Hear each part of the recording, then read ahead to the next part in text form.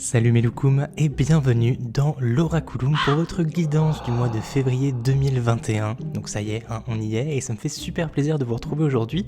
Donc comme vous pouvez le voir, il n'y aura pas d'intro sur cette vidéo parce que je m'y prends un petit peu tard, donc elle sera peut-être légèrement plus courte que d'habitude. Et nous allons tirer avec ces deux jeux, donc le tarot Ethereal Visions Illuminated Tarot Deck et le petit oracle des couleurs par Claire de la Lune et Célia Melville. Voilà.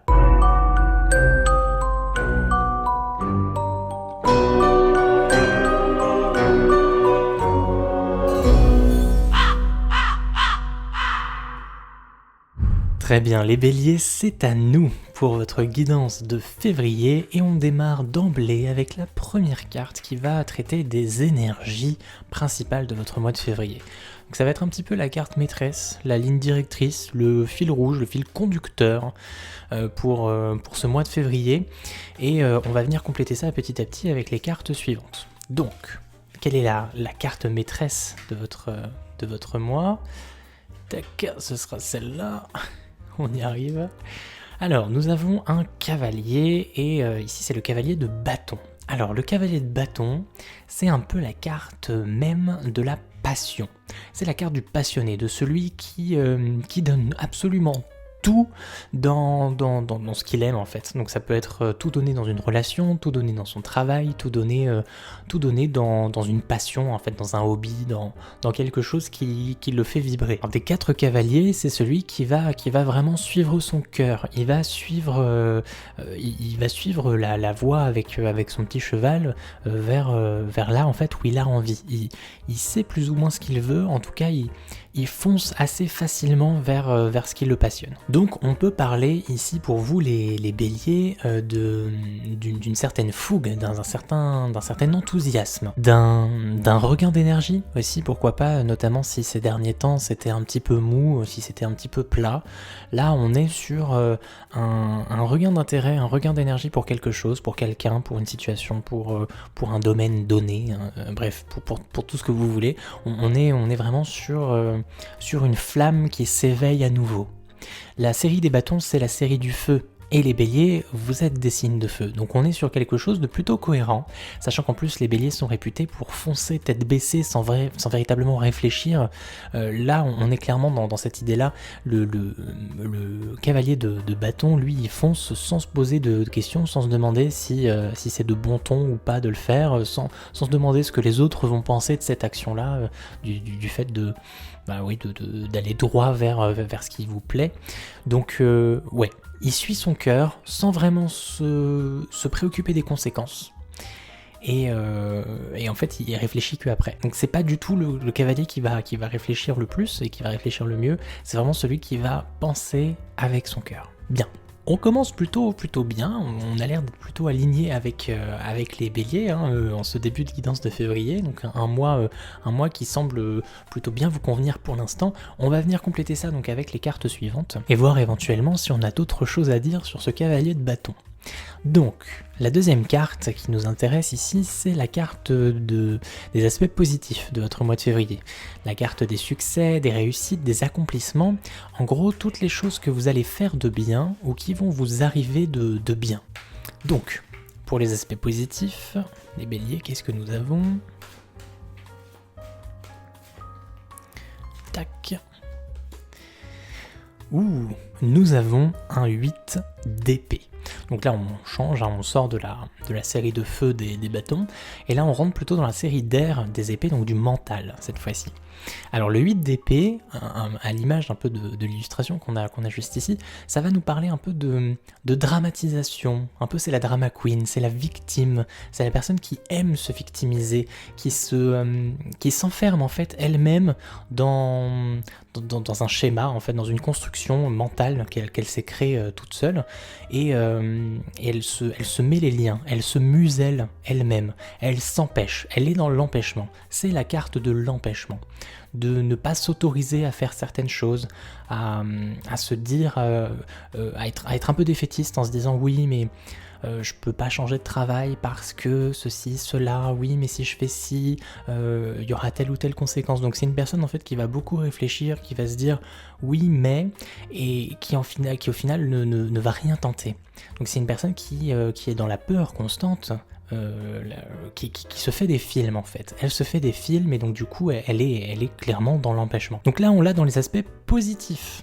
Ce qui veut dire que vous allez probablement briser certaines de vos chaînes en février, vous allez passer au-delà de tout ça, vous allez réussir peut-être à sortir de cet emprisonnement, de cet enchaînement que vous avez construit tout seul. Vous allez vous défaire de vos liens et vous permettre certaines choses, vous allez probablement oser. Donc là on n'est plus dans l'optique de se faire plaindre. Bien au contraire, là on va prendre un petit peu le taureau par les cornes et on va enfin se lancer. Là c'est un peu la carte du déclic.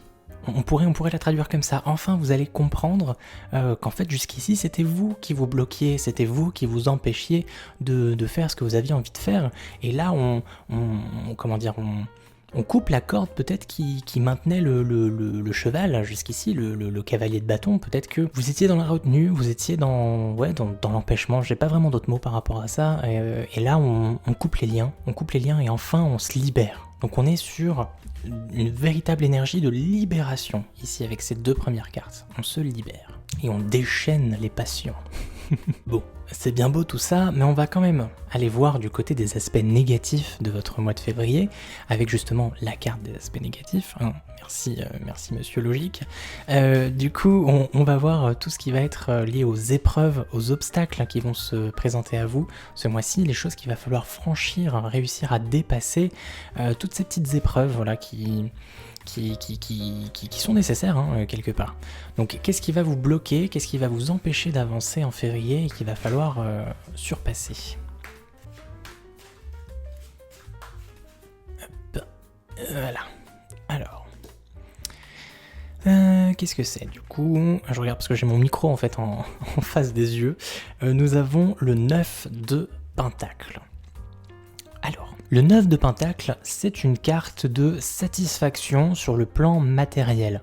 On récolte en fait, comme à l'image de la jeune femme sur l'illustration, on récolte les fruits de ce que l'on a pu semer ces dernières semaines, ces derniers mois, ces dernières années, si on va vraiment plus loin. Et on va profiter de tout ça. On va pouvoir savourer enfin la récolte quelque part. Et du coup, il y a vraiment ce sentiment d'être comblé sur le plan matériel, sur le plan financier, de ne plus avoir besoin de rien, en tout cas dans ce domaine-là en particulier. Le fait de l'avoir dans les aspects négatifs serait plutôt une sensation de manque, une impression de ne pas être satisfait justement sur le plan financier et matériel, avoir envie de posséder plus de choses, plus de biens, plus de richesses, plus de tout ce que tu veux en fait. Peut-être avoir l'impression de manquer d'argent, de pas en avoir assez en fait.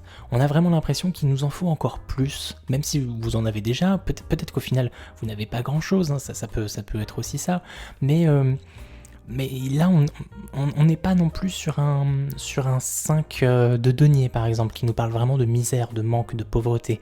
Là on est sur une insatisfaction globale, de la frustration sur le plan matériel et financier. Vous en avez quand même déjà beaucoup, et c'est peut-être ça la leçon justement du fait de l'avoir dans cette position négative. Vous en avez déjà bien suffisamment, mais il vous en faut encore plus. Donc il y a un peu ce caractère insatiable. On est ici sur de l'insatiabilité. Est-ce que ça se dit? Je crois, pas sûr. Bref, ce sentiment de toujours en vouloir plus et plus et plus et encore plus, alors que vous en avez déjà bien suffisamment et qu'il faut profiter de ce que vous avez d'ores et déjà. Profitez déjà des récoltes passées plutôt que de tout de suite penser à la récolte suivante et toujours en demander plus. Tout simplement. Alors après je me dis en regardant les premières cartes, notamment en mettant en relation ces deux-là, attention tout de même à ne pas tomber dans les penchants négatifs du cavalier de bâton.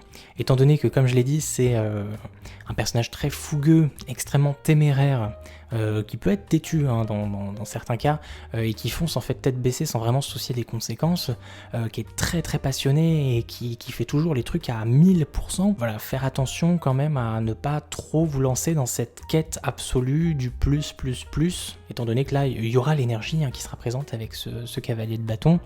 Voilà, à ne pas trop tomber dans ces penchants parce que vous risqueriez de vous y perdre et de plonger tête baissée encore plus dans votre insatisfaction. Donc attention quand même à l'énergie, apprenez quand même à la canaliser en février. Ne tombez pas dans les excès, parce que c'est très facile de tomber dans les excès avec un cavalier, parce que ça va tellement vite que voilà, on peut facilement se tromper de chemin. Bien.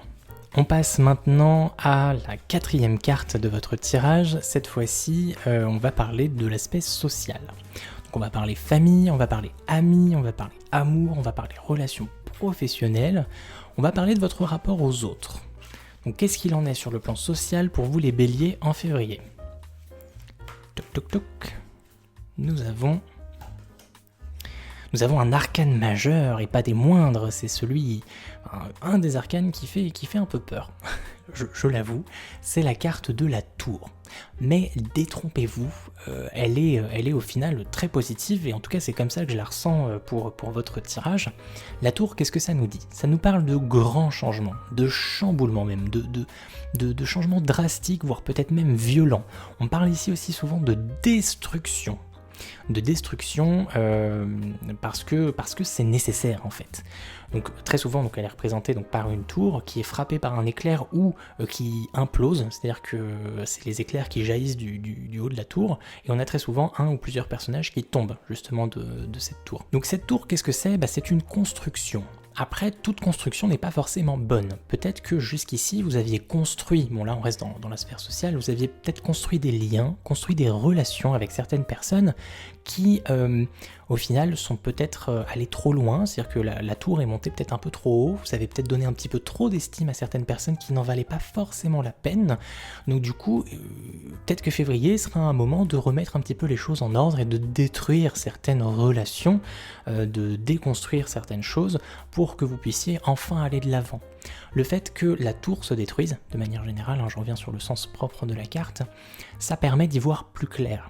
Étant donné que la tour disparaît de votre paysage, ça vous permet de voir ce qu'il s'y passe derrière.